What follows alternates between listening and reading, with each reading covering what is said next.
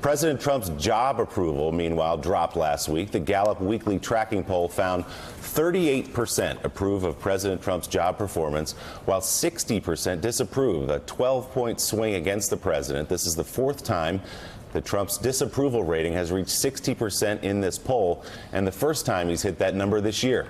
President Trump is the only president who has never cracked 50% in Gallup's ratings, something he has not accomplished in more than 676 days in office. Meanwhile, Democrats are on the threshold now of gaining a 40th seat in the House, with new returns in California's 21st district showing Democrat T.J. Cox pulling ahead of Republican Congressman David Valadao, who led by more than 4,000 votes on election night. With the latest totals, Cox now leads by just 436 votes, and NBC News has retracted its declaration of the Republican as the winner. A loss would leave California Republicans holding just 7 seats in the state's 55-member federal delegation. As it stands, Democrats have flipped 39 House seats, 7 governor's mansions, and 349 state legislative seats, turning over nearly 400 since President Trump took office.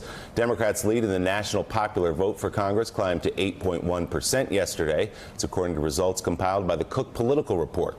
Judging by the raw number of votes, NBC News election data finds the size of the Democrats' midterm victory has now surpassed the record for either party set in 1974. And the results have gotten worse for Republicans in Orange County, California.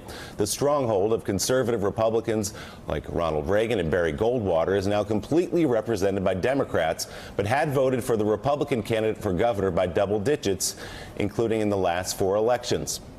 But not in this one. Last night, Orange County posted results showing Democratic Governor-elect Gavin Newsom taking a slim lead over Republican John Cox in Orange County. If it holds, it will be the Democrats' first victory there since Jerry Brown won in 1978. Okay, that's a lot of numbers, Noah. We knew this was a wave if you look at the House, but also add in all the state elections. But when you look at the president's 38% job approval, 60% disapproval, what's going on at this moment in his presidency to reflect those numbers? I mean, the decimation of the GOP in their ancestral homeland there of Orange County, California should resonate very strongly with this party. The number that struck me so much there is the 400 legislative seats. Yep. Over the course of 4 cycles, Barack Obama's terms in office, the GOP won 968 legislative seats. They decimated the Democratic Party's farm team. They've made that up in 2 years. If they continue on that pace, they will outpace the GOP's ability to decimate the Democratic Party in a way that we haven't seen in a generation and make up some ground there, too. So Republicans really shouldn't be framing this election as they have as some sort of a silver lining where they managed to perform better on the state levels and the Senate seats in a map that is going to be the best map they're going to see in the next 12 years. This was a devastating wave election, and they should take it as the brushback pitch that it was meant to be. President Trump is not taking it that way necessarily, Gene Robinson. You look at that number of a 60% disapproval. He's been there 4 times in his presidency, but that matches his low. Yeah, I mean, that's a stunning and awful number for him, frankly. I'm a compulsive Gallup weekly tracking poll watcher, and so I watch it jiggle. And this is a huge change from last week, you know, and so we'll see what happens, you know, again next Monday, if it pops up a little or continues to go down or stays there. But these are awful numbers. It is incredible that he has never reached 50%. It shows that there is a ceiling for Donald Trump. It looks like the ceiling may be lowering. You know, I think politically the situation looks worse and worse for Donald Trump, not better and better. And he's staring 2020 in the face. He's going to have a rough 2 years facing a Democratic House and you know, going into a re-election campaign with what looks like historic unpopularity. So, Noah, after the 2012 election, when the Republican Party came up with the autopsy of what had happened and said we need to be the big tent party, we need to do better with minorities, we need to reach out to women more. There was a rethink on what the party needed to do as a strategy going forward. Is the party in a position to have a similar rethink following these midterms, or are they so tied to President Trump that they're almost prohibited from having a moment of soul searching that could put them in a better position for the next 2 years? Yeah, I think they're tied to Donald Trump to the point where they can't engage in that kind of introspection. Donald Trump managed to craft a coalition that the 2012 autopsy said was impossible. And so that aura is never going away. Republicans will be in thrall to that coalition until 2020 and beyond, perhaps. You don't get to those numbers in Gallup without Republicans jumping ship.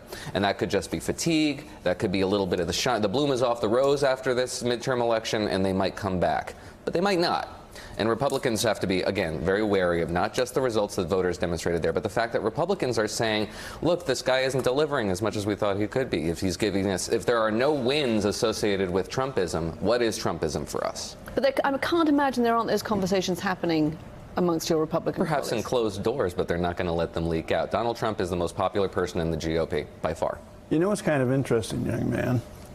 Tell me a story, Grandpa. The Democratic achievements at the state level are going to have high impact on gerrymandering, on redistricting in state after state after state. That's one thing. The other aspect, we haven't spoken to it today, we've spoken to it earlier, is the impact of the president's position on climate change. A lot of things, both cultural and political, start in California and come east.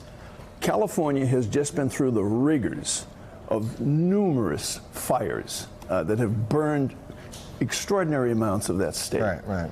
And Trump yesterday says about the government report on climate change issued, last Thursday afternoon at noon, at halftime of the Detroit Lions game or whatever. I don't believe it. Right.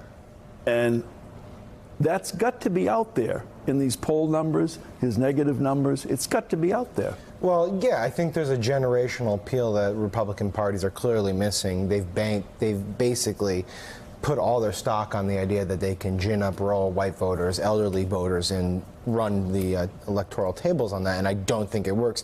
And to your point, climate change is, not a big voting issue for the older generations, but when you talk to young voters, it's a hugely important issue because they recognize what they're going to be left with the consequences of this. I will add to Noah's point, one of the outcomes of this election was that the people who were purged from office, the Republicans who were purged from office, were the ones most likely to be Trump critics, the moderate Republicans in the House, the Carl Scabella types, the Mia Love types. And so what Trump has been left with is a party that's actually more indebted to him, more sycophantic towards him. And so they will not have that period of introspection that will accompany a loss like it did for the Democrats after 2010. And so, yeah, I think this is a troubling time for Trump. The other thing that I'd add to this is that this is all happening, all of his approval rating going down, it's all happening in the context of fairly good economy. I mean, the context is there for him to be doing somewhat well politically, the map, the economy, and so on. If he can't make it work now, that's really troubling potentially if things go bad. For instance, the front page story today is GM closing plants in Ohio. Yeah, almost 15,000 jobs possibly can be wiped out. And he said he's putting pressure on Mary Barra, the CEO, to not do that. We'll get into that in just a minute. Also ahead on Morning Joe, more on President Trump flat out rejecting a government report on climate change. Shep Smith over at Fox had a fact check on that. Meanwhile, the president is toying with the idea of creating a new government-run television network. Doesn't he have one? After all, Jared Kushner was floating Trump TV back in 2016. But before we get to all... Thanks for checking out MSNBC on YouTube, and make sure you subscribe to stay up to date on the day's biggest stories. And you can click on any of the videos around us to watch more from Morning Joe and MSNBC. Thanks so much for watching.